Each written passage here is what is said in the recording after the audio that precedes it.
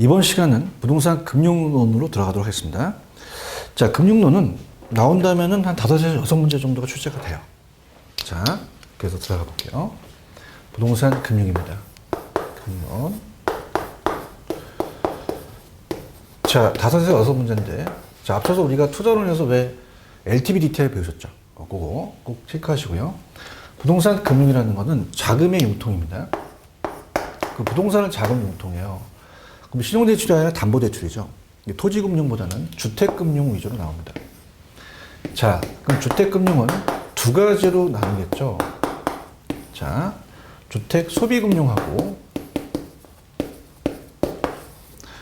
주택개발금융을 나눕니다. 두 가지로 주택개발금융으로 나누어진다. 이렇게 보시고요. 자, 소비금융은 소비자한테 빌려주는 거예요. 수요자 금융이죠. 수요자 금융. 그 다음에 이거는 공급자 금융입니다.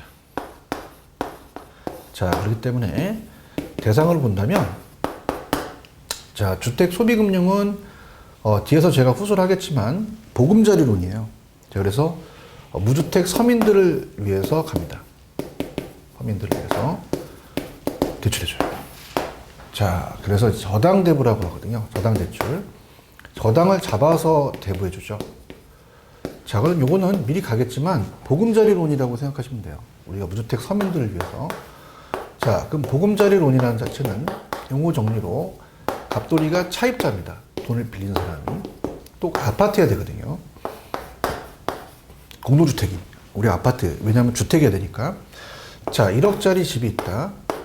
그럼 앞서서 우리가 이 대출자라는 은행이 돈을 빌려주거든요. 자, 그러면은 LTV로 70%까지 7천만 원 빌려주기 위해서 상환을 해야 되겠죠. 자, 그럼 대부는 일시불 대부예요. 일시불로 7천만 원을 대부해 주고요. 자, 상환은 장기 분할 상환입니다. 그래서 상환은 장기 분할 상환이다. 자, 그러면서 장기 저리를 빌려주죠. 그러나 개발금융은 아직 개발을 하면서 주택건설업자가 짓기 위해서 건축대부거든요. 그래서 우리가 이거는 주택건설업자를 대상으로 합니다. 그래서 이건 건축대부예요. 자, 건축대부라고 하는 것은 어떻습니까? 건축의 진척도에 따라 빌려주죠. 그럼 땅을 확보한 상태에서 건설회사가 아직 안 지었어요. 그럼 우리가 선장에 가시면 이제 감리회사가 나와 있거든요. 그럼 1층 짓고 은행 가서 돈 받고 2층 짓기 때문에 단계적 대부예요. 대부가. 그래서 이건 단계적 대부예요. 그 다음에 보통 단기입니다. 단기고 얘는 좀 고리예요. 그렇기 때문에 자, 2, 3년 하면 끝나겠죠. 근데 이제 보통 보금자리로는 10년, 15년, 20년, 30년 상환이거든요. 그래서 자, 이건 단계적 대부고 일시불 상환이에요. 자, 그래서 제가 이걸 어디다 넣었냐면, 자, 페이지는 일단 342페이지 금융은 자금의 융통이고요. 자, 우리가 오른쪽 주택금융이 있죠. 그 소비금융과 개발금융. 자, 나와 있는 거 그대로 여기 읽어보시면 됩니다. 정리해드렸고요. 그 다음에 기능과 원칙이라는 거는, 자, 좌측의 기능이라는 건요. 이 주택금융이, 이 부동산금융은 주택금융을 얘기하거든요. 그러면서 저축을 유도하게 합니다. 주택자금을 조성할 수 있죠. 자가주택의 공급을 확대한다. 자, 개발금융을 하면서 자가주택 공급이 늘어나겠고, 주거안정 기능을 하고, 주택 거래를 활성화시키며, 또 이 금융을 통해서 경기의 분양을 유도하고, 또 주택가격 안정적 상승 기대 효과가 나타나겠죠. 이렇게 보시면 되고요. 그 다음에 밑에는 원칙이에요. 원칙은 이제, 자금을 정부가 민간 자금을 적극 유치하는 게 좋죠. 정부에 의존하는 겁니다. 넘기시면은 대출금리는 장기 저리로 해주는 게 좋고요. 나중에 이제 대출 채권을 이 채권이다 보니까 현금화가 안 되잖아요. 그래서 이걸 은행 걸 유동화시켜서 공사가 현금화 시켜줍니다. 나중에 배울 거고요. 자, 은행은 장기 대출에 대해서는 대출을 안 해주려고 그래요. 그러면 꺼리기 때문에 이걸 위해서 채권 보존에 대한 보장을 부동산 금융을 발전에 좌우하는 중요하기 때문에 신용 보완책으로 여러 가지 조치를 또 강구하는 거죠. 그러니까 정부가 직접 일단 차입자한테 보증을 해주거나 보증제도 같은 걸 쓰는 거죠. 자, 그 다음에 저당이라는 자체는 모기지입니다. 우리가 밑에 빌린 돈이에요. 차입자를 피저당권자, 돈을 빌린 쪽이고 대출자를 저당권을 설정하고 대출하는 사람, 대출해주는 이기 때문에 저당권자다. 참고적으로 보시고요. 자, 저당 대출이 지금 저당을 자꾸 빌린 거예요. 그럼 이번이 이제 우리가 대출 기간이 부동산 관련 위험을 감소시키기는 어떻게 되냐. 자, 앞쪽에서 LTV와 DTI를 봤잖아요. 이게 인상이 되면 위험하거든요. 이걸 인하하고요. 대출 기간 좀 짧게 빌려주는 게 낫죠. 그 다음에 고정보다는 금리 변동이 심할 때는 변동금리를 채택하는 게 낫고요. 그 다음에 부채 감당률은 1보다 커야 되죠. 1 이하면 안 됩니다. 그 다음에 이자율 수합이라는 자체는 금리 변동을 위험을 방어하기 위해서 뭐 이자율 상승 하락 때 그때 서로 변경하는 거예요. 차입자에 대한 전가시킬 수가 있기 때문에 5번이 이제 전가시키는 방법이다. 이렇게 보시면 됩니다. 자, 그 다음에 자, 넘겨보시면은 지분금융과 부채금융이 있는데 자, 우리가 입문과정에서 했기 때문에 그냥 여기서 정리를 한번 해보겠습니다. 우리가 자, 두 번째 잘 나오는 게 부채금융과 지분금융의 별표를 3개 치시기 바랍니다. 아주 잘 나와요. 그래서 이 두 가지와 메자닌 금융까지 합쳐서 나오는 게 요즘 트렌드입니다. 자, 그래서 우리가 그 트렌드에 맞춰서 우리가 보겠는데요. 자, 지분금융과 부채금융입니다. 자, 지분이라면 이 지분은 내 거예요. 내 걸 갖고 자금을 융통하죠. 자, 그래서 대표적인 게 주식회사입니다. 주식회사가 자기 주식을 매각해요. 주식을. 그럼 주식은 자기 걸 띄워준 거잖아요. 그럼 투자자한테 투자자를 모집해서 지분 투자자를 모집하죠. 그럼 자기 자본을 조달합니다. 자기 자본. 그러면서 자기 자본을 조달해서 자금을 융통하죠. 그럼 얘한테는 상한 의미는 없고 배당을 해주는 의미가 있는 거죠. 그래서 우리가 지분금융은 주식을 발행해서 주식회사가 아닌 법인 지분권을 판매해서 자기 자본 조달인데요. 자, 이거는 이제 우리가 나중에 이제 배우실 부동산 투자 회사죠. 부동산 투자 회사가 주식을 발행합니다. 주식을. 자, 그 다음에 두 번째가 우리가 뭘 배울게요? 신디케이트라는 게 있죠. 신디케이트는 출자증권을 이제 신디케이트라는 회사를 만들어서 투자자를 모집해서 출자증권을 줍니다. 그래서 신디케이트. 자, 신디케이트의 캐션이라고도 하고요. 회사입니다. 신디케이트 회사가 출자증권을 발행한다. 그래서 이것도 증권을 발행하는 거기 때문에 출자증권이고요. 그 다음에 세 번째는 부동산 펀드죠. 펀드라는 것도 하나 넣으시기 바랍니다. 부동산 펀드가 또 수익증권을 발행해요. 부동산 펀드 회사가 수익증권을 발행합니다. 이게 다 주식이에요. 그 다음에 이제 우리가 주식을 공모한다는 얘기 들어보셨잖아요. 그래서 주식의 공모에 의한 증자. 주식이 생각됐죠. 주식의 공모에 의한 증자. 공모에 의한 증자. 이런 거 나오면 다 지분금융을 찍으셔야 돼요. 자, 근데 부채라는 거는, 자, 그래서 다시 갑니다.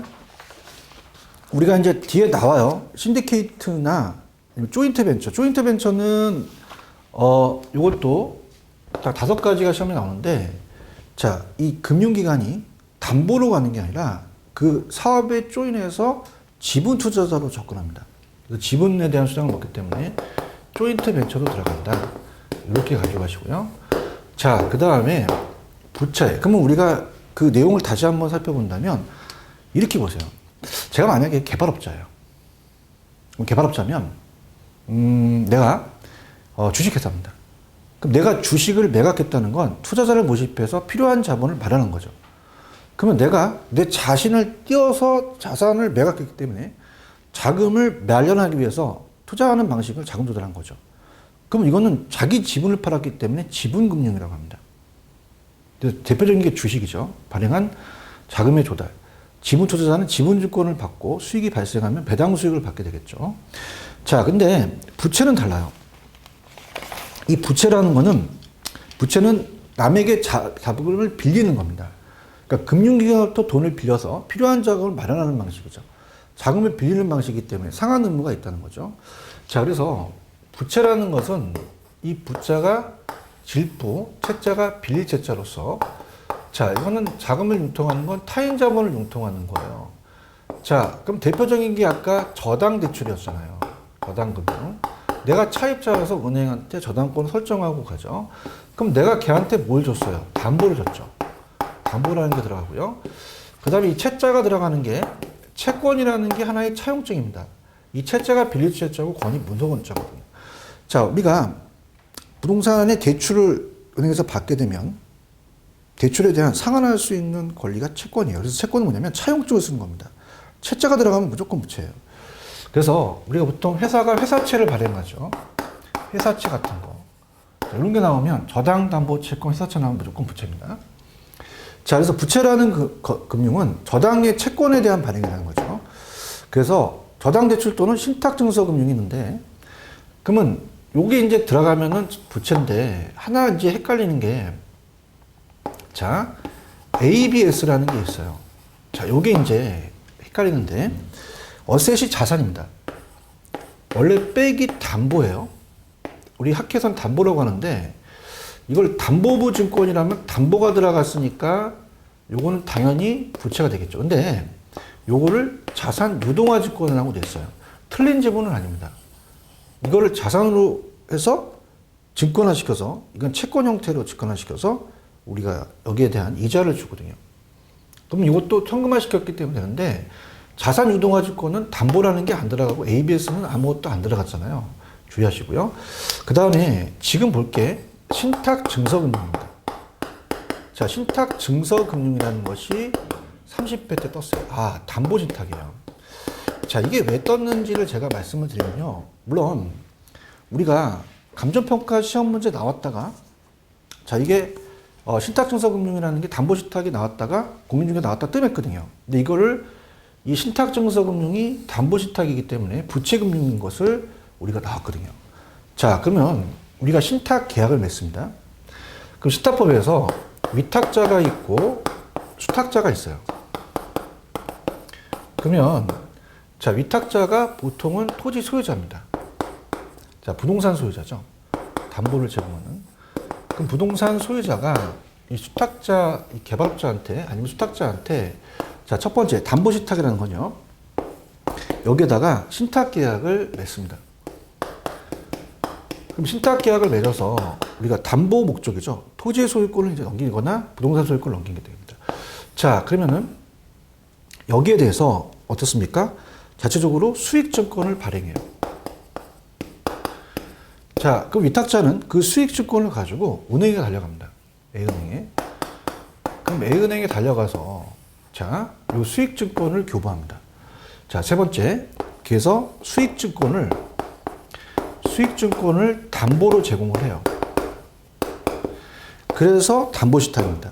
그래서 우리가 보통 부동산은 저당권 설정하는데, 자, 우리가 민법에서 질권 설정한다는 얘기 들었잖아요.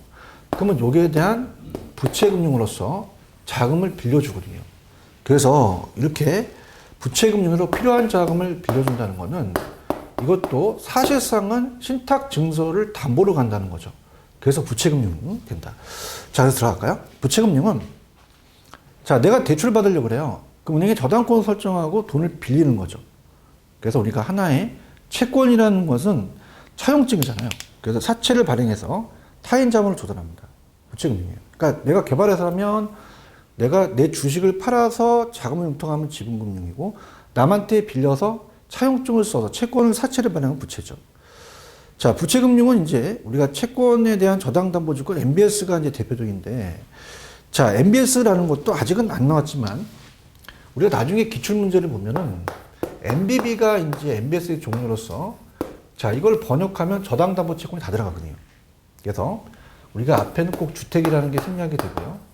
주택, 모기지, 저당을 담보로 갔어요. 저당 담보부로 해서 그걸 담보로 해서 또 채권화 시킨 채권형이죠. 그럼 저당 담보 채권이 다 들어갔는데, 자, 지금 우리가 MBS는 아직 안 나왔지만 MBS들은 다 부채예요. 그래서 얘도 주택이 들어갔고 모기지가 저당이고 빼기 담보기 때문에 주택담보부 증권이잖아요. 그럼 이것도 하나의 주택을 담보로 잡은 채권 형태의 증권입니다. 주식이 아니에요. 그럼 여기에 대한 이자를 투자자는 먹겠죠. 자, 그래서 부채금융은 MBS로 들어갑니다. 그 부채금융은 내가 상환에 대한 그 이자를 내야 되기 때문에 소구를 해야 되죠. 그럼 저당금융과 신탁금융이 다 들어가죠. 자, 그러면은 밑에 제가 부채금융과 저당금융을 좀 비교해 놨습니다. 자, 여러분들이 받는 게 거의 저당금융이에요. 그래서 여러분들이 차용인이 돼서 대출기관으로부터 담보를 줘서 나중에 못 갚아버리면 경매 처리해서 시행 절차도 복잡하고 장기며 처분 가격도 유찰이 되면 저가입니다. 근데 담보신탁은 어느 쪽에 제가 해놨는데 어떻게 되냐면, 자, 이거는 우리가 소유권을 형식적으로 신탁해서 넘겨요. 그러면 우리가 거기에 대한 수익증권을 교부받아서 은행에서 직권 설정하거든요. 그래서 우리나라에 그다지 크게 많이 활용하지 않지만 요즘은 좀 많이 활용하기 때문에 얘가 나오게 된 거예요. 그럼 얘는 공매 처리합니다. 그러다 보니까 차입자의 채무은행 신탁기간 바로 매각권이 주어지죠. 시행 절차가 간단하다는 거예요. 그 다음에 주택상환 사채라는 건 이제 공법 시간에 배우시는데, 사채니까 부채죠. 건설업자가 발행한 채권이에요. 일정 기간이 지나면 상환하기 위해서 상환받기 위한 약정된 회사 채권이거든요. 그래서 주택을 상환할 수 있는, 그런 분양받을 수 있는 채권이라고 이렇게 보시면 됩니다. 자, 그래서 저당, 담보, 사채, 채권, 채자가 들어가면 단데 메자닌 금융이라는 게 또 나왔죠. 그래서 오른쪽 메자닌이라는 거는 이탈리아입니다. 1층과 2층 사이에 라운지를 얘기를 해요. 중간. 그래서 중간 형태입니다. 그래서 중간적 성격이에요. 그러니까 지분금융과 부채금융의 하나의 주식과 채권의 중간적 성격을 갖고 있습니다. 그래서 우리가 양다리죠. 그럼 메자닌이라는 것은, 메자닌 금융은 우리가 시험 문제는 신주 인수권 부사채가 나왔었거든요. 자, 그래서 우리가 두 가지요. 전환사채가 나올 수도 있고요. 또한 신주 인수권 부사채가 나올 수 있습니다. 신주 인수권 부사채. 자, 그럼 신주 인수권 부사채는, 자, 사채로 발행해서 신주로 줘요. 자, 그래서 미리 한번 읽어볼게요. 밑에. 신주 인수권 부사채는 발행한 기업의 주식을 일정 양만큼 약정된 값에 매입할 수 있는, 신주를 받을 수 있는 사채예요. 자, 그래서 밑에 요약에 신주 인수권 부사채는 채권을 매입해서 새로운 주식으로 인수권을 줍니다. 그래서 원래는 부채지만 나중에 신주 인수권이 되거든요. 그 다음에 전환사채도 마찬가지입니다. 전환사채도, 자, 원래는 사채로 매입을 해서 나중에 주식으로 전환해줘요. 그러면 전환사채는 전환제가 사채이며 전환 후에 주식으로 바꿔주죠. 다음에 해설을 보시면 채권으로 부채금을 발행했다가 회사의 주식으로 전환해 주겠다는 겁니다. 이 두 가지가 나오면 메자닌 금융 찍으셔야 됩니다. 자, 그렇다면은 들어가 볼게요. 어떻게 암기하시냐. 자, 제가 태풍이 와서 바람에 휘날려서 전봇대에 매달렸어요. 전신주에 매달린, 이렇게 하면 좀 암기 기법이 됩니다. 자, 이렇게 하고요. 그 다음에 348페이지로 가는데, 자, 이 직접금융과 간접금융보단 얘가 출제 빈도가 거의 90%예요. 지분금융, 부채금융, 메자닌을 잡으십시오. 1순위입니다.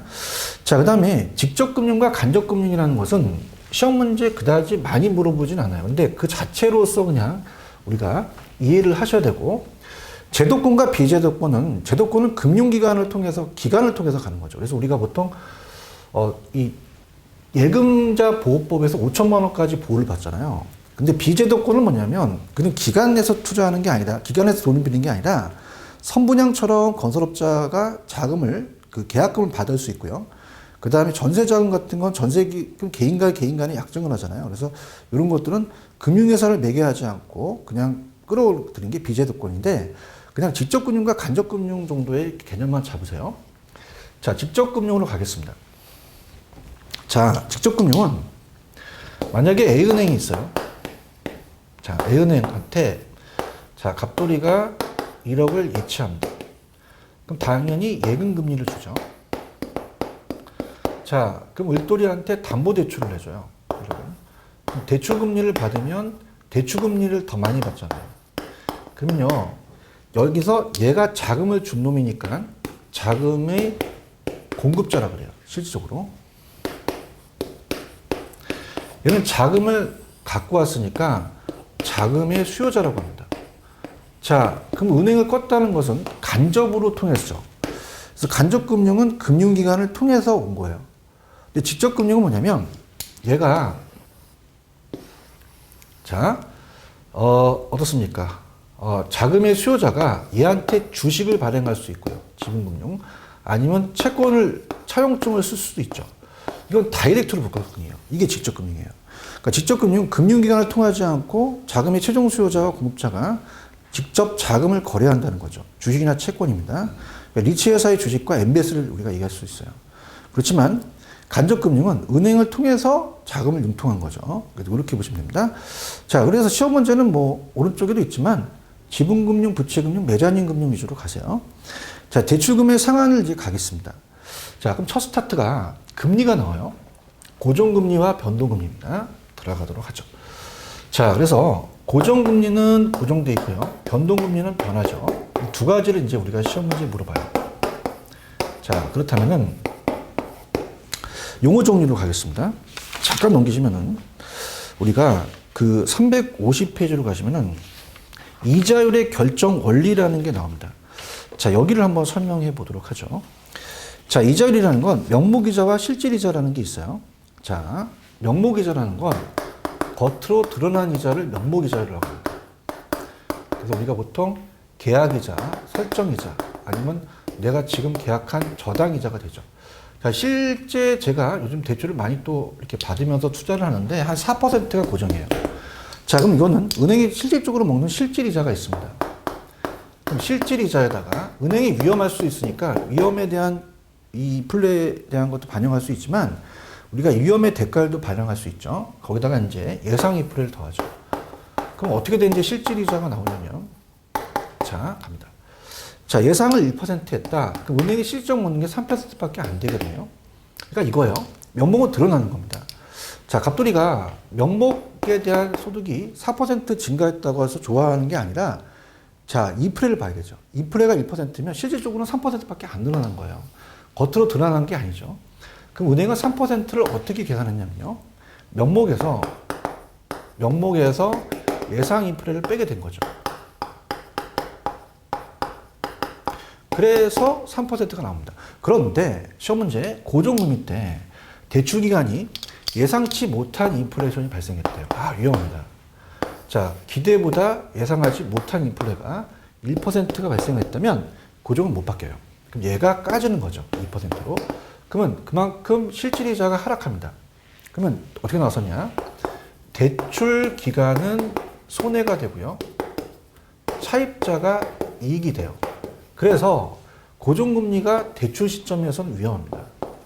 자, 인플레에 대한 대처를 못 하거든요. 인플레이션에 대한 보를 못 받아요. 처음서부터 인플레를 가산해야 되는 거죠. 그래서 고정금리를 이제 변동금리로 차입자한테 전가되는 변동금리가 나오게 된 거죠. 그러면 이제 명목금리가 바뀌어서 아예 5%로 바뀌고 이건 그냥 3%로 가게 되는 거죠. 그럼 차입자가 또 채무례행 가능성이 커진다는 겁니다. 자, 그 다음에 우리가 시험 문제 자, 금리가 상승할 걸 예상한다. 그러면 차입자 입장에서는 안 바뀌는 고정금리가 낫다고 나왔었거든요. 자, 그러면은 좌측의 양가로 3번은, 그러니까 우리가 350페이지 양가 3번은 읽어보시면 될 것 같고, 밑에 문제까지. 그럼 우리가 349페이지 고정이자로 가겠습니다. 얘는 약정이, 최초의 약정이 돼서 대체 대출기간 동안 똑같이 가요.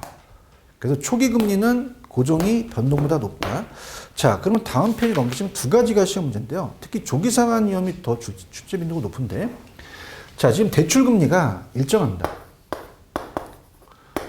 대출 금리가 지금 고정 금리죠.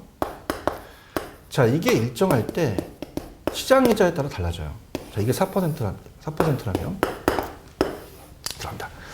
자, 만약에 시장 이자가 하락해요.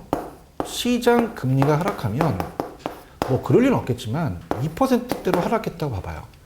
자, 그러면 이 갑이 차입자가 빌린 이자가 많다면 조기 상환한다는 얘기 많이 들어보시죠. 자, 그래서 차입자는 조기 상환할 수밖에 없습니다. 그래서 시험 문제 차입자의 조기 상환이 유인될 겁니다. 그럼 거기에 대한 대출자는 조기 상환 수수료 페널티를 가하죠. 근데 거기에 대해서 조기 상환해버리면 대출자가 엄청 위험합니다. 왜냐하면 얘가 계약을 끝나게 되면 이자가 안 들어오고 또 다른 사람들을 또 대출시키기에는 그만큼 손해를 보거든요. 그래서 그걸 조기상환 위험이 대출자의 위험이에요. 가장 큰 위험이죠. 근데 반대로 자, 시장 금리가 상승을 합니다. 그럼 시장 금리가 상승을 해버리면요, 어떤 일이 또 발생될까요? 만약에 시장 금리가 6%대로 올라갔대요. 그럼 얘는 이 기존 대출을 유지하려고 합니다. 반대로. 그럼 차입자는 반대로 기존 대출을 유지하려고 한다. 기존 대출을. 그러면 거기에 대한 뭐 잔고 할인 같은 걸 해서 우리가 또 장치를 하죠. 근데 그걸 안 하고 한다 보면, 자, 은행은 6%를 받는데 얘를 조기상환 안 하다 보니까 그만큼 수익이 낮아져요. 수익성이 악화됩니다. 그래서 대출자가 이자율 위험이다. 아니면 우리가 금리 위험이다. 아니면 또 우리가 어떤 학자에 의해서 인플레 위험이다. 인플레만큼 상승을 했는데 못 바꾸니까. 그래서 이자율 위험이 생긴다는 거죠. 자, 그래서 양가로 1번과 2번이 아시겠죠? 그럼 가볼게요. 자, 일단은 자, 1번 대출금리가 시장보다 높다는 건 시장금리 낮을 땐 조기상환이죠. 차입자가 불려서 차입자 조기상환하는 가설이 증가한다. 그럼 대출자는 조기상환 위험이 증가하겠고, 대출자는 최초 대출금리에 의해 얻을 수 있었던 이자 수익을 상실하게 되죠. 그러면서 대출자는 이에 대비하기 위해서 일정 기간 차입자한테 조기상환수를 부과시키고요. 그 다음에 만약에 시장금리가 높습니다. 2번. 그러면 대출자가 불리해서 대출자의 실질이자가 하락합니다. 자, 예상치 못한 인플레가 발생했잖아요. 대출자의 수익성이 악화되죠. 대출자는 이에 대비하기 위해서 초기 금리를 높일 수밖에 없죠. 그럼 실제 인플레이션이 대출 시점이 예상보다 높다면 예상치 못한 인플레이션은 이자 위험을 대출자가 안고 간다는 겁니다. 그래서 나온 게 변동이에요. 자, 그래서 변동에 대한 대출금리는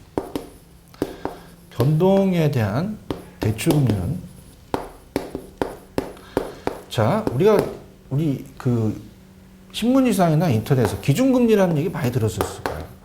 자, 그 기준금리는 아까 대출금리보다 예금금리가 높아지기 때문에 예금금리로 설정합니다. 그래서 이건 인플레이션을 반영해요. 그래서 이건 인플레이션을 반영한다. 인플레이션 반영. 여기에 반영을 합니다. 그러니까 얘가 변동을 한다는 겁니다. 자, 가상금리는 차입자의 연체 실적에 따라 달라져요. 그래서 이거는 이제 차입자에 따라서 처음부터 고정이 됐다는 거죠. 자, 그 다음에 두 가지가 있는데요. 자, CD라는 양도성 예금증서입니다. 양도성 예금증서라는 건, 자, 우리가 보통 은행에 가면은 통장을 주는데 증서를 줘요. 그러면서 얘한테, 자, 이자를 먼저 주고 나중에 그 원금에 대한 걸 상환하게 되거든요. 양도도 가능하고요. 3개월마다 조정이 됩니다. 그 다음에 코픽스 금리라는 건 자금 조달 비용 지수인데요. 여기에 예금, 이 CD도 들어가요. 그럼 좀 다양하겠죠. 그래서 6개월에서 1년이다.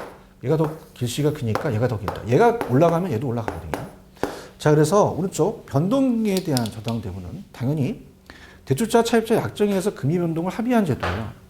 그럼 변동은 이자 변동 전부 일부를 대출자에서 차입자한테 전가시켜줘.